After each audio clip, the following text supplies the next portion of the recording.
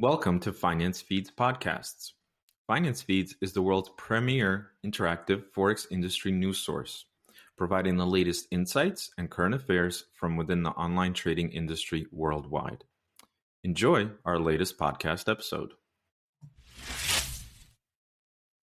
Hi, everyone. It's episode 3 of the FinanceFeeds Podcasts. This is Nikolai Isayev, editor-in-chief of FinanceFeeds.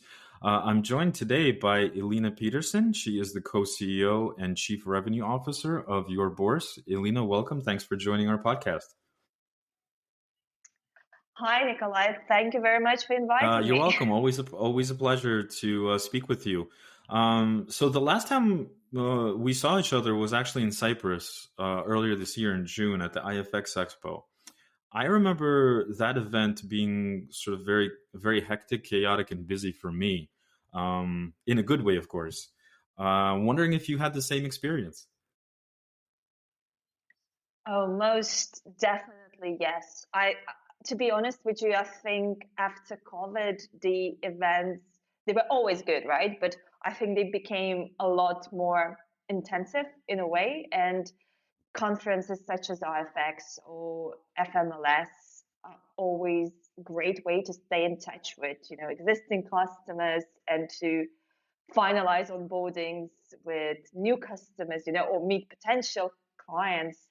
And definitely in June, we've managed to do all three. And to be honest, we're still experiencing like a performance boost from it. So, of course, we're looking forward to the IFX Bangkok in September and Masako Dubai, which I'm moderating one of the panels there, and Forex Expo Dubai, and of course, FMLS in London in November, that we're going to be having an extended team, that we're planning to attend with an extended team in a booth, of course. That was actually going to be my last question for today's episode in terms of all the conferences happening later this year. But I'm glad to know that you'll be pretty much attending all of them. So that seems quite exciting. Crazy, quite right? exciting. I think I can't remember this number of conferences before COVID, to be honest. I think there are a lot more conferences now, but I mean, what do you think? I mean, yeah, it's like we're getting back to. I don't want to say business as usual because business has obviously changed over the last few years because of the pandemic and because of our industry continuing to grow.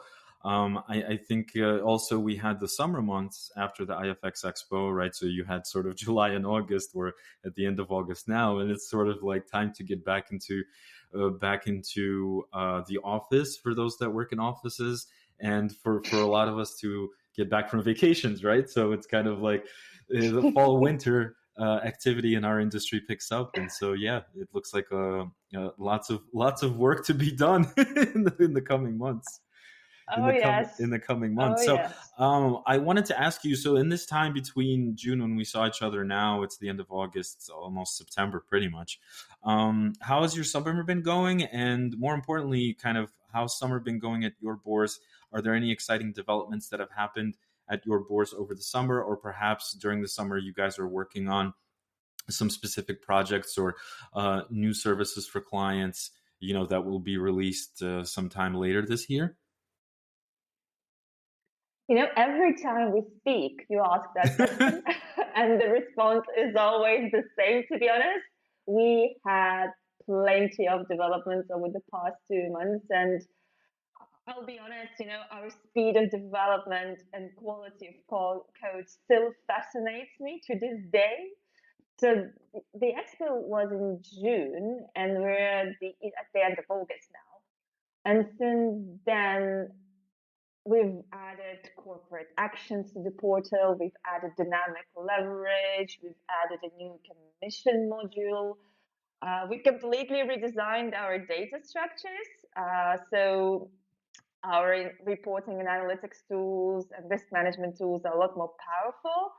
And by the mid-September, we're planning to release a WebSocket API server that is already in testing.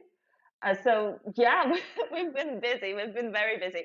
And, it's funny that you say that August and July, and actually that's what I expected from Cyprus. I was told that August, don't expect anything. Everybody's on vacations, and there will be just it will be a hibernation in a way.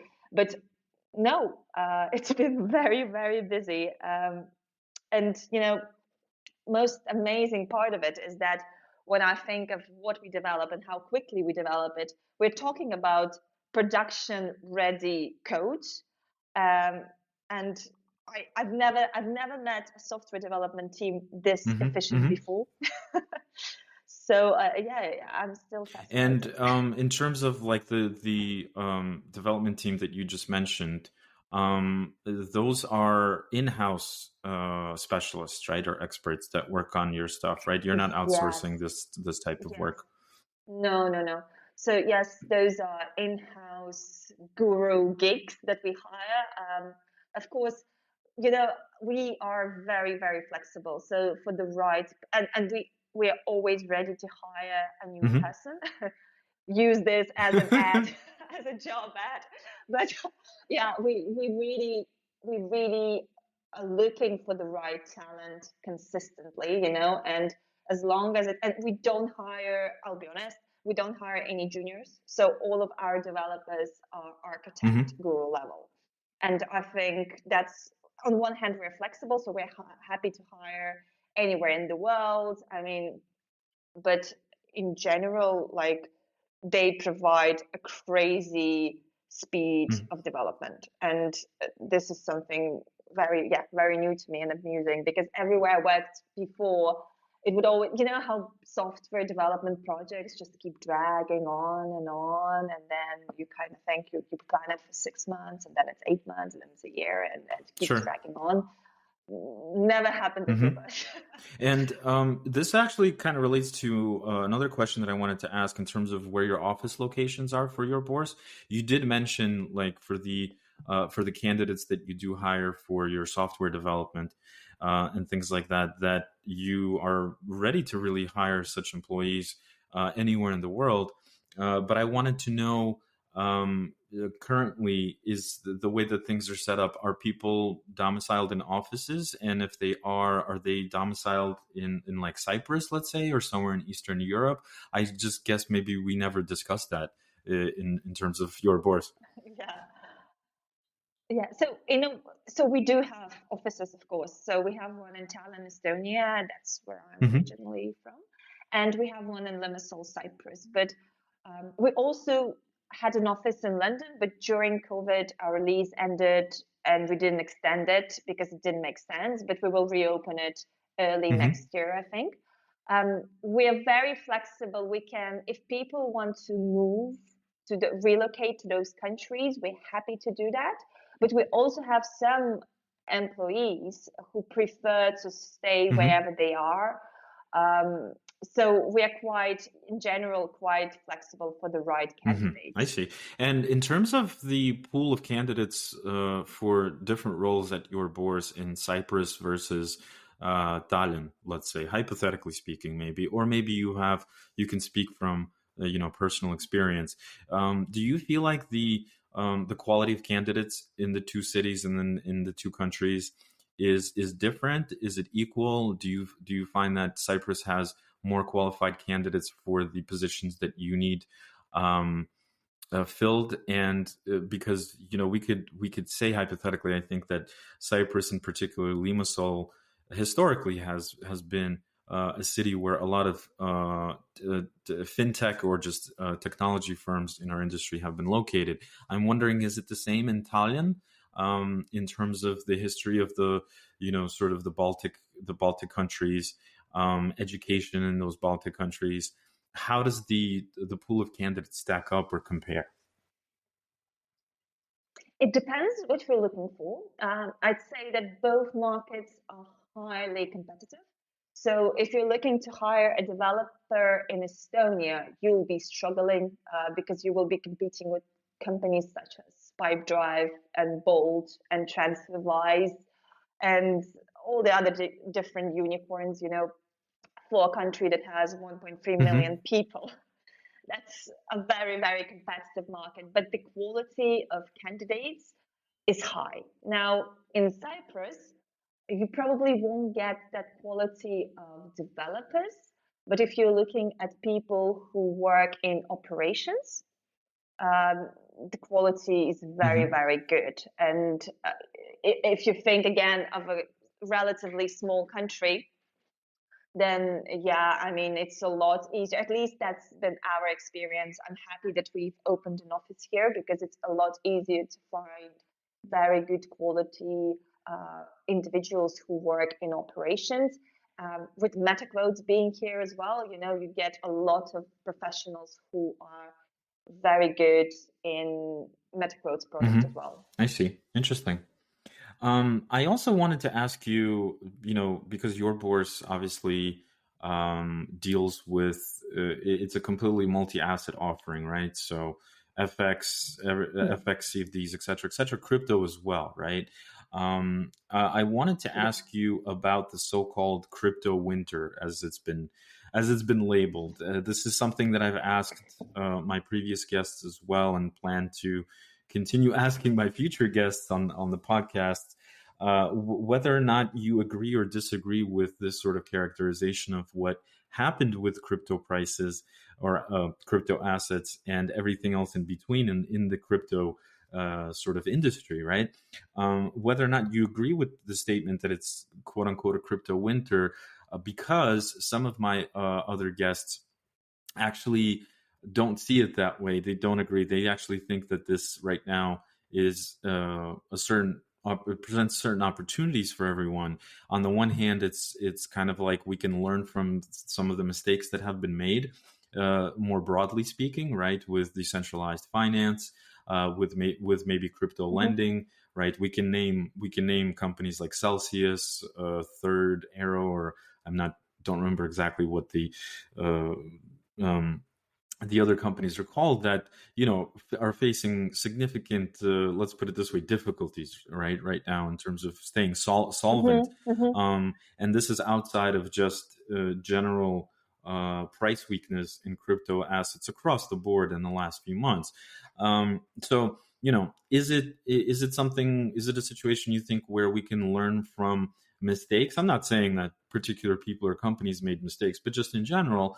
And could this be sort of a stepping stone for opportunities in the future?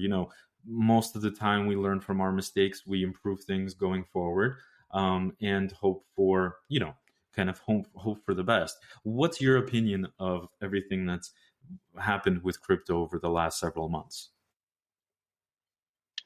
I think it really depends what you call a crypto winter. So if we're talking about the asset class or a market correction, if the asset class has been growing rapidly, it's quite logical that after some time it must stop rising and the price must dip down and consolidate before the new market trend may emerge.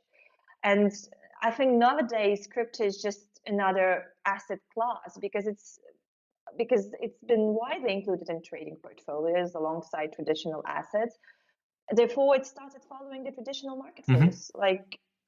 In my opinion, what we're seeing is just a market correction.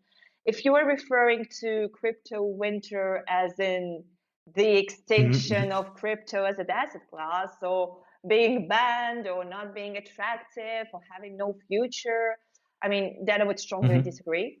I think we're seeing quite the opposite. It's the widespread adoption of crypto products and crypto as an asset class, and it's here to stay. And even the regulators are starting to accept it, and they've started creating regulatory framework for the industry, as they can't ignore it any longer. So I think crypto is here to stay. Well, that's basically kind of, that's what I meant. The market correction we all saw, it's something that that happened, and it's sort of inevitable now, right? It happened. We understand why it happened. I think part of my question was, and I think you answered it, is in the sense that are we going to see a very low amount of interest in crypto assets going forward until crypto begins to rise in price again, at least the main cryptocurrencies that we all know, right? The Bitcoins, the Ethers, and things like that. Because, statistically speaking, from things like, public interest in this asset class, I took a look at things like Google Trends to see, was there an impact on the amount of interest online from just the general public in cryptos? And there is a direct correlation between the market correction and loss of interest or elevated interest in cryptos that was there before, right? So in other words, once the assets started dropping in price, and clearly a lot of people who were investing in cryptos, in the last year and a half to two, were anticipating price increases. Obviously, they were all long, and now that there's been such a significant correction, and there hasn't really been any volatility to the upside, at least from what I've seen right recently. Since there's no opportunities, crypto sort of has fallen by the wayside, as they say. So it's an asset class that everybody's aware of, but maybe its continued adoption internationally and with the general population, in terms of crypto or blockchain being used for many, many different things around the world, right? To automate things, to simplify many, many different processes for many different industries, and for business, for finance, and things like that.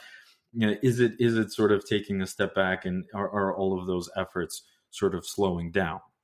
That was part of the question. I think it's just maturing. I mean, there is still a long way to go until crypto can really become a traditional asset class. But it's just, it's a curve, So we're still in the part of discovering what can be done with crypto. And as any asset class, when it appears, there is a lot of interest, and it's widespread. And with crypto, I mean, with the volatility that was abnormal, now it's just becoming more traditional, I think. So, and it will mature inevitably. It has to. Yeah, and I mean, I think I agree with you there. It seems like there's no going back, right? It's been so integrated. It's been integrated as an asset class. So in terms of investing and trading, I don't think it's going anywhere. And then in terms of it being continuing to be adopted internationally, what we call mass adoption. I think that will continue, albeit maybe not as quickly as it was before, because again, I think that was happening in part because of the fact that the assets were also growing in price, right? So there's a speculative opportunity. There was a speculative opportunity there before, which hasn't developed yet, sort of again, right? Because markets are always cyclical. What goes up, then it goes down. It goes up, then it goes down. Of course, there was a growing interest. People were including it in their portfolios.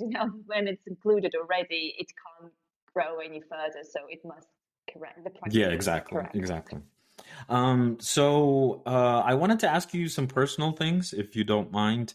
So we spoke about how summer sort of flew by on the business side of things. There's many different things going on, both for you and actually for myself as well. It's been a very busy summer work-wise. But how has your summer been personally? I ask because you and I are friends on things like Facebook. So I think I saw you travel to Africa or something earlier this summer. Yes, I did. So I went to Uganda to do gorilla spotting. I don't know if you ever heard of it. There are only 2 countries in the world where you can do wild gorilla spotting in the jungle, and Uganda is one. Interesting. And in general, I mean, I would recommend it to anyone because it's just such an amazing experience to see a wild animal such as gorilla, a massive wild animal this close by, and these are wild gorillas, so you see them in their natural habitat, and it's amusing. Speechless. I was speechless, honestly. But in general, I like traveling to countries such as Africa. A lot of such as Uganda in Africa, to continents such as Africa, people often ask me that, our work is very intensive, and in general, financial industry and fintech as well is very intensive, non-stop. So when I go for a vacation, I prefer going somewhere where I will be able to turn off completely. So African countries is that kind of experience for me, because as soon as I land in the airport, that's it. I know that I will not have internet. If somebody wants to get in touch, they won't be able to. And I know that it will always be something new and something refreshing, because when you travel to countries such as Uganda and you get to meet people from very different culture, I think at the end of the day, you understand that no matter where we are and who we are, we're still human beings, and we're still very much the same. We still have the same emotions, the smile is a smile is still a smile, it doesn't matter how much it takes to earn that smile. I hope I'm not. Yeah, absolutely. Of course. Yeah. No, it's very interesting. And so you've traveled to Africa previously as well, right? You've been to other African countries, also sort of on these nature trips, sort of, right? Like, I'm not going to say nature trips, but you know what I mean? Like specific trips where you have guides or locals that take you to specific locations to see wildlife or culture and things like that. So another amazing thing that I've done is I've been to Ethiopia, and you can go actually visiting local tribes. And when I say tribes, we are speaking about tribes that live in the huts, and they have their own traditions, and they're pretty much very rural. Like, their life didn't change since centuries, and it's incredibly refreshing. At least for me, that's how I feel. Every time I come back from those trips, I feel restarted, to be honest. And is it customary to like bring any gifts or something with you when you travel to some of these like sort of remote villages or tribes in African countries? Yeah, of course. I mean, it's like education is still a very expensive, I don't want to say luxury, but not all of the people can afford in Africa, especially whenever they send their children to school. You will always see children walking bare feet to school for like 5 kilometers just to get there to school and back. And very often their parents can't afford stationery, they can't afford notebooks, they can't afford clothes. So whenever I go there, I try to bring as much as I can, and I would also buy things as I am there. But to me, some children that you meet, they would be a lot happier about getting a set of pens than they would be about getting some lollies, So they really, really want to learn, and they really want to study, and the effort that they go through in order to get that education is just it's very different to what we're used to. And it sounds like the people or the parents and the children that live in these communities, they are, even though they I don't want to say that they're backwards or anything like that. That obviously is not the correct term, but even though they do live in remote regions of the world, they still obviously are aware of sort of the outside world in a sense, I would think, right? Because not only you, but other tour groups visit these types of places. And so I guess maybe the children and the parents understand that, even though it's very difficult, there's still a chance, and there's still an opportunity for them, if at a young age they're able to get an education there, that there might be some opportunities or possibilities for them in the future in terms of, to go to university or something, to be able to move out of that village, as quintessentially as it sounds, to move out of that village and move to a bigger city and have, kind of have a life outside of some of these remote places? I think the first thing that they learn in general is that it sounds funny, but it's everything is possible. Like in general, their mentality is very like I think sometimes our mentality is very set in stone in a way. We know you need to go to school. After school, you need to go to university, for example. Then you get a job, and it's all pretty much predetermined. I'd say that with them, you can see a lot of opportunistic youth.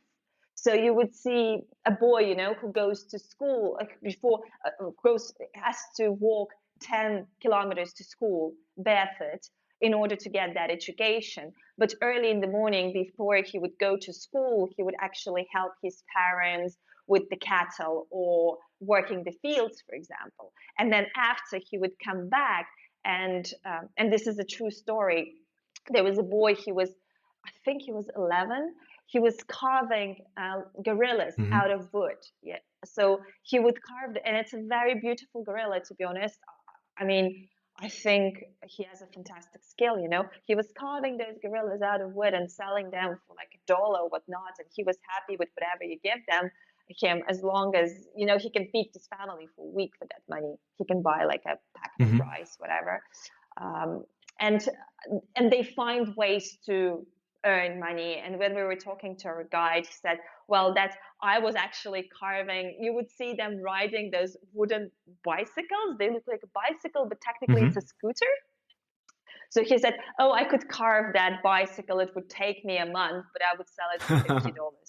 So, but something like that, like when I saw that bicycle, I thought it's going to cost, because, in general, in the Western world, things that are handmade have a higher value. I would think it would cost 1,000 something, judging by the scale that is needed in order to make that. Yeah, no, absolutely. Of course. That's very, very, very eye-opening. And I would think that once you come back from these types of trips, do you feel like we sort of, in the developed world, we take a lot of things for granted? Or do you feel that way when you come back? You're like, oh, I have an iPhone, I have this, I have that, I have, you know what I mean? Like we have all these gadgets and devices and so many things that make our lives easy as compared to, I think when you visit places like this, it makes you kind of, like you said, it's an eye-opening experience.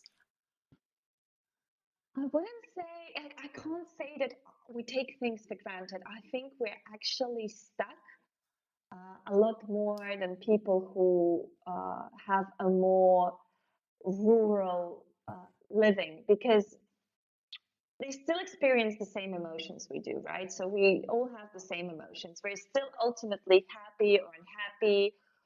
And at the end of the day, we are chasing a lot. We have to chase a lot more of the things that do not bring the happiness. And there is a lot more noise in our environment than there is in a rural village in Africa, where communities close, where the relationships are close, where people communicate with each other a lot more.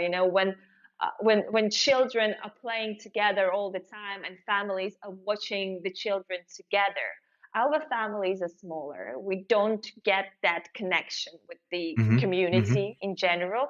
And we're all chasing something every day, So I think just in our environment, the reason why it's so mind blowing for me, it's more because there is a lot more. I can't say fake noise, but there are a lot more things that distract us from the things that are important. Yeah, no, it definitely does, of course. Yeah, definitely. Well, I wanted to also ask you about your upbringing and sort of family history, maybe what you remember from your childhood or school years that shaped you as a person and, let's say, prepared you for like higher education or your career. I guess the sort of the backstory here is that, some of my guests who, like myself, are people from the former Soviet Union, as I like to say it, right? We were born in the Soviet Union effectively as children, and early life, at least for myself and some of the other guests that I've had, early life was spent, in Soviet school, whatever you want to call it, elementary school, etc. But one of the things that I noticed is a lot of us had a big focus on mathematics and science in school, even from an early age. And it seems like for quite a bit of us, that sort of exposure to math and science, in some cases, led to choices of where to go to university, what to study at university, and ultimately helped to kind of find the path to a career. I'm wondering if you had a similar experience, and where did you grow up, and where did you go to school in your early years? So in some way, you're hitting a nail on the head, because if I think about what shaped me as a person the most, I would say, obviously there were a lot of things, but I think the biggest difference was actually that I had to experience that change of era. And it's not that much about the education system or about focusing on maths or science. It's more about Estonia, and that's where I'm from, becoming independent from the Soviet occupation. And I remember when it happened, and it was a difficult transition, but the opportunities just started flowing in. And all of a sudden, the world's so wide and different, it was available. It was no longer a distant story. And to be honest, I just wanted to be a part of that world. And in general, I was always very driven to become the best in anything I do. It's funny, sports or work or whatnot. I can say that I get very, very drawn in. And although we are born with a different stack of cards, we can all say that we are born with different talents. I've always had that mentality that it's not about the stack you're born with. It's about the amount of hours you put in. So if you don't have the right stack, you just have to work a little harder. And I think that's what I've been doing all my life. It's like you're gonna go and you find something that you're interested in, and you go like, okay, now we need some math. Sure. Yeah. And in general, I think it comes, and to be honest, I think it comes from that change of era, because all of a sudden we had to live a different life. Like it was one day, one thing that we had to focus on, and then all of a sudden, hello, capitalism. And we had to really quickly adopt, And in general, I have quite a simple motto in life. If there is will, there is way. And another thing that comes from my sports is that winners train, losers complain. So if you really want something, you just go and do it. You go and get it. So just go for it, kind of thing. And with respect to, like you mentioned, sort of the Soviet Union falling apart, I missed that because I was already in the United States when that actually happened. And I mean, I went back many times, so I did see sort of the transformation of things. But I specifically saw that in Ukraine, where I was born. I guess my question for you, and during those times, did you have to study, like, let's say, when it was the Soviet Union, did you study in school in the Russian language or Estonian? And did that change in any way with the breakup of the Soviet Union? It was a volatile time, because initially, so we always had Estonian and Russian schools, right? But I remember that initially I was in a Russian school, but then, and I stayed at that school. But with time, there were more and more subjects added in Estonian. So it would start from like Estonian language, which was always in Estonian, but then they would add Estonian literature, and then there would be Estonian history, and then the general subjects started to be transferred to Estonian.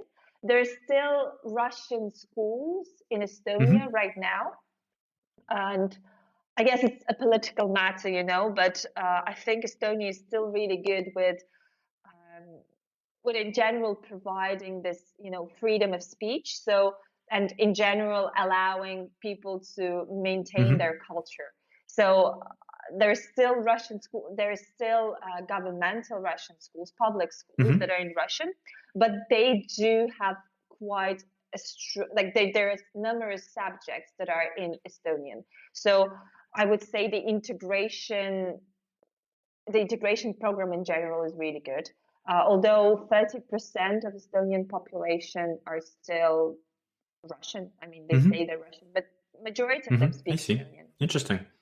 And I saw actually that after, I guess general studies, I don't know how to say it in English specifically. Once you finish what I guess they call it high school right here in the United States. So once you finished high school, if we could call it that, I saw that you actually attended university, correct me if I'm wrong, in Australia and then also in the UK. If I'm correct, can you tell us a little bit more about what led you to these countries and sort of these universities? And am I correct in sort of understanding? You mentioned when the Soviet Union fell apart and sort of hello capitalism and the rest of the world. Is that sort of a byproduct of your feelings back then, in the sense that, well, the world has now opened up to me, and now that I can go anywhere and pursue anything in terms of a career, education, whatever it may be, I'm going to go to Australia or I'm going to go to the UK. Is that how it happened? Yeah, in a way. To be honest, I actually studied in the Netherlands. So my main university, the bachelor's I did in the Netherlands. And my GPA was one of the highest in the university. And I had the first choice for a study abroad country. And I chose Australia because why not? And that's where we come back to this, big wide world opening up. I thought, well, kangaroos, koalas, wombats, I'm a student, it's fun. And the cost of living wasn't fun. But if we get back to the previous point, if there is will, there is way. So I've managed that, and I'm happy I did it because I still love Australia a lot.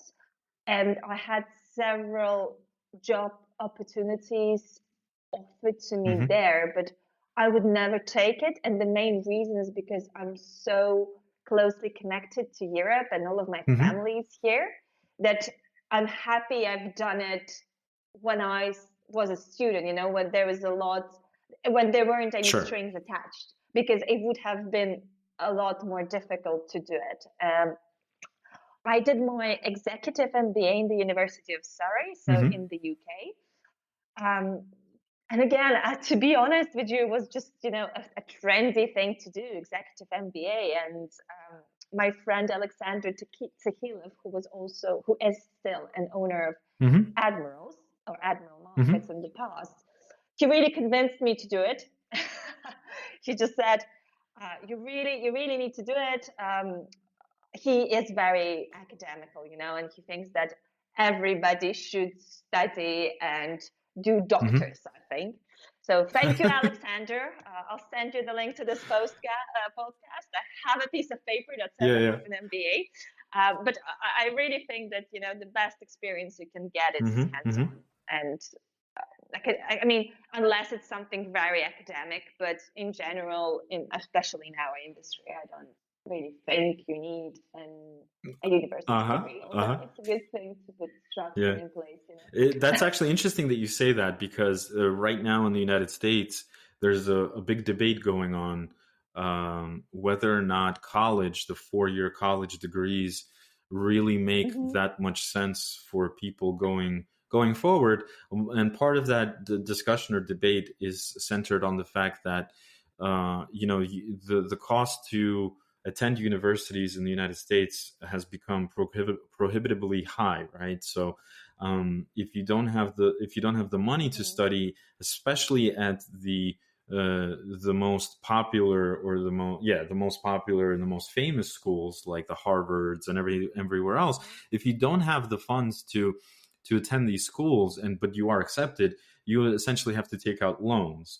And a lot of the debate is centered around the fact that you could get a world-class education but then be burdened with a lot of debt for quite a long time.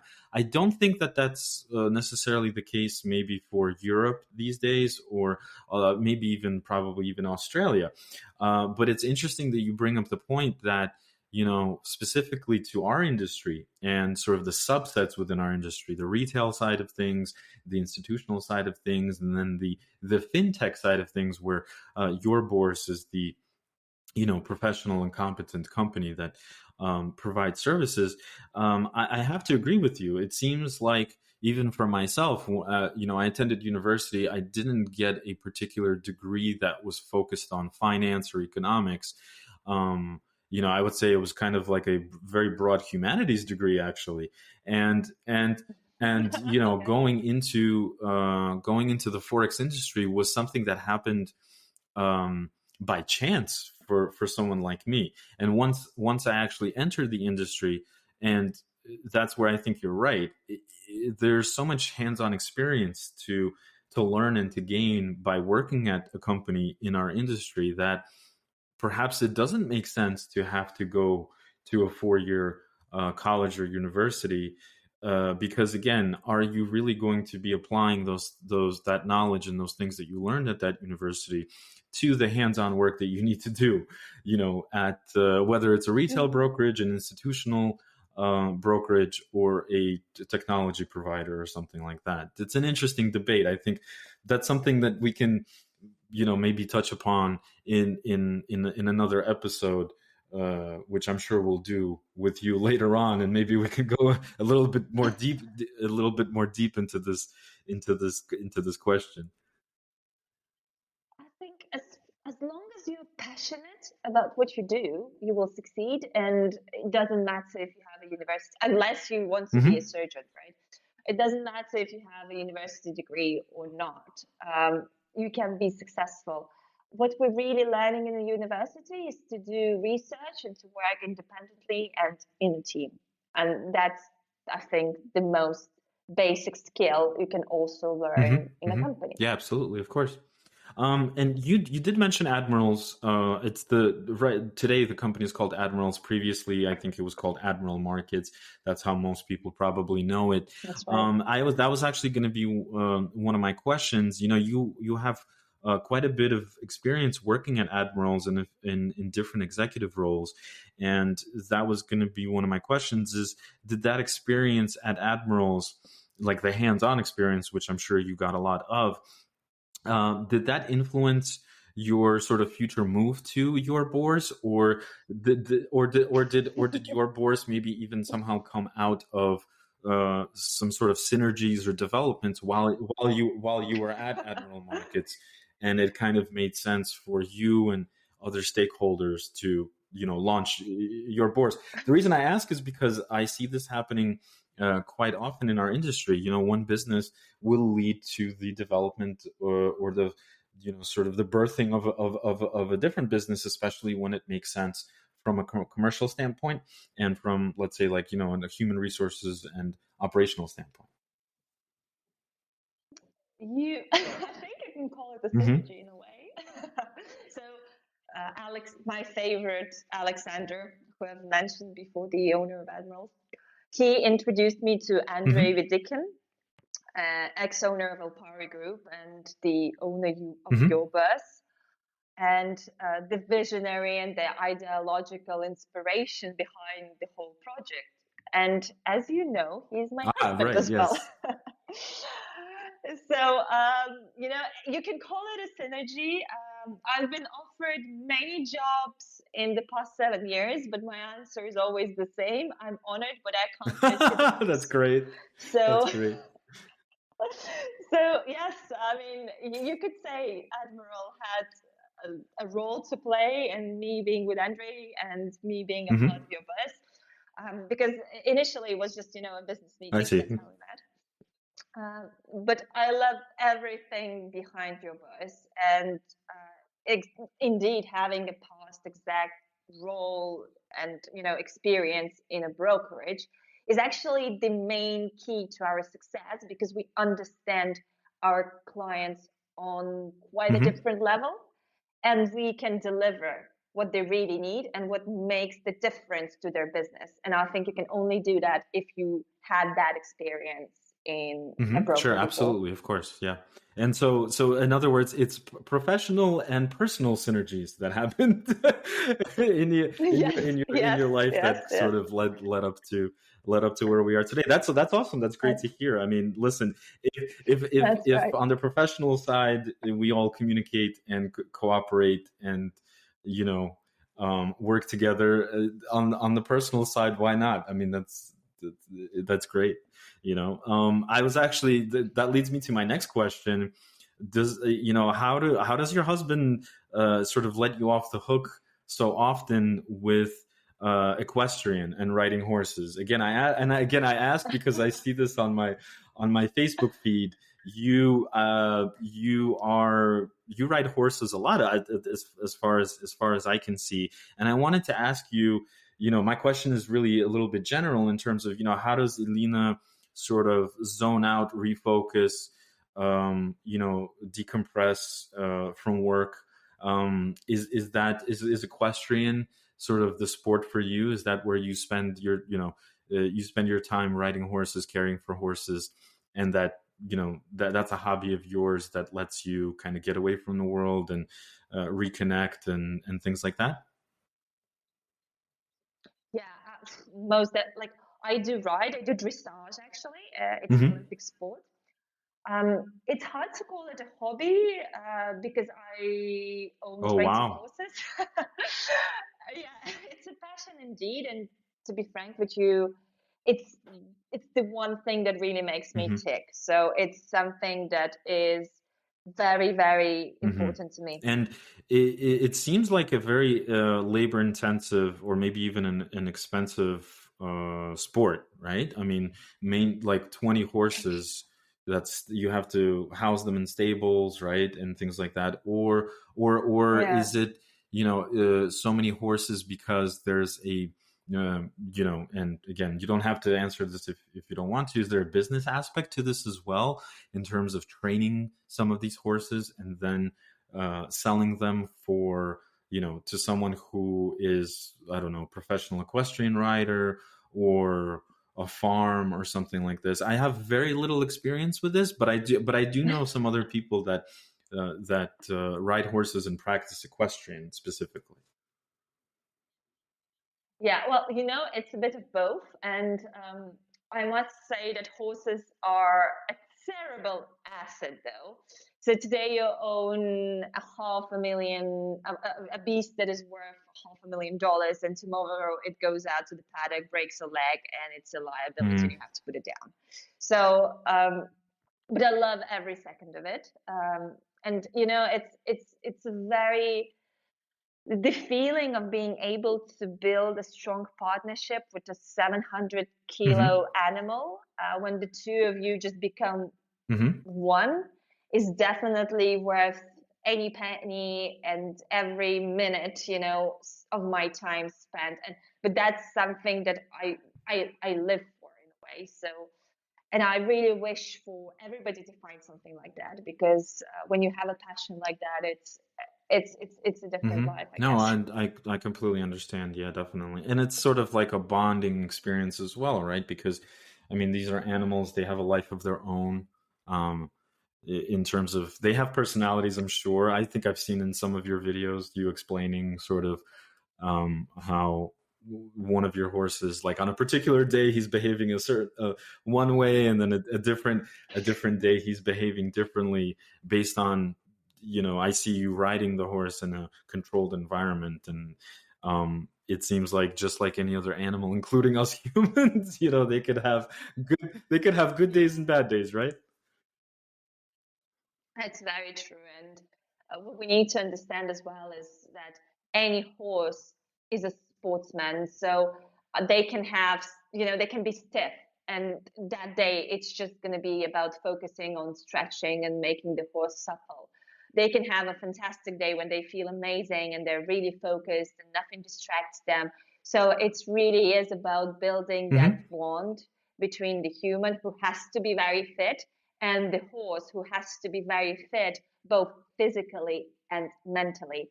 And there are so many horses that are mentally damaged, especially race horses, for example. So that's a completely different sport, And in general, the lifespan of a horse and the competing lifespan of the horse is the longest in dressage, because we really try to you teach dressage in general is it used to be a military practice that you needed to teach a horse to do certain elements to be able to fight a battle, right? So pirouette, for example, things like that, they all come from military. And it's a very, very high level of training. Plus, there should be a connection between a rider and a horse, because horses are in general, they're prey, right? So they are easily afraid. They flight. They need to trust the rider in order to be able to perform. Interesting. So it seems like it's a lot of work in all aspects. It's a lot. It is a lot of work, but it's to me it's very rewarding, at least, and it's amazing. It's also an amazing sport because you can never get bored, because every horse is different.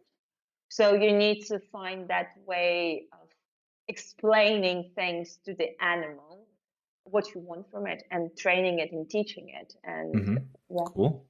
My last question was going to be, well, I'll put it this way. When I see you riding the horses on the videos that you post, oftentimes you're wearing headphones. And I was wondering, is that you listening to music? And I'm really trying to get a sense of what your musical tastes are. And I guess the last thing I'll say is some of my guests, they use music constantly. So they'll listen to music while they're working. They'll listen to music. Like I know one person who has a specific playlist that he plays before he goes to bed to kind of relax his brain. Is music a big thing for Elina? And do you listen to music while you're riding the horses or not? And kind of what are your musical tastes? Considering, again, we were both born in the Soviet Union. I'm sure there's stories that you can tell about our parents playing certain types of music when we were little, things like that. So what are Elina's musical preferences? You'll be surprised, to be honest. Well, first of all, no, I don't listen to music riding because I need to be focused on the horse. There is a lot in the body movement that you need to feel with your body in order to be able to respond. And if there is music, then, you get distracted. I do, however, from time to time, which is terrible, take work calls while I'm riding. And that's just amazing because I'm talking to a person, for example, or a team member, and then I'm talking to the horse at the same time. So at times it can be talking, good boy, kind of thing. But yeah, but in terms of musical preferences, I really like jazz and bossa nova. And that's very not Soviet music, is it? But and from electronic music, I think I'd prefer house music. But I'm very easy. My playlist is very random, and I really don't mind. Honestly, it's not. I guess not. It's not nothing very specific for me, or I don't have the time in the day when I listen to music. In the car, I forget to turn it on, and I listen to my Don't we all? Yeah, don't we all? Yeah. Don't we all? Well, no, that's cool. I mean, I think it's it's a combination of jazz, bossa nova. I could argue that that's more relaxing music, right? So it's very chill in a sense, and then house music, electronic music is something that is more upbeat. So kind of can go with different moods in terms of what you're feeling or what you want to. What you want to be experiencing. So that definitely makes a lot of sense. Well, Elina, thanks so much for joining us today. I'm glad we found the time to speak with you, and hopefully we will see each other at one of these many conferences that are taking place this fall. I don't know if I am still yet, actually. I know it's the end of August. But most likely I will see you in London, I think, for the London Summit, because it's I believe it's their 10-year anniversary also of this show. Should be quite exciting. But nonetheless, thank you very much for joining us. We wish you success at your Bourse and success with the horses, and hopefully we can do another one of these sometime soon, maybe at the end of the year or next, and maybe you'll have some more cool experiences to share in terms of your travels in Africa or elsewhere. Thank you, Nikolai. Likewise. It was a pleasure talking to you as always. Likewise. Thanks, Elina. Have a great day. Okay. Thanks for listening to our latest Finance Feeds podcast episode. For sponsorship opportunities or to become a guest, please email us at info@financefeeds.com.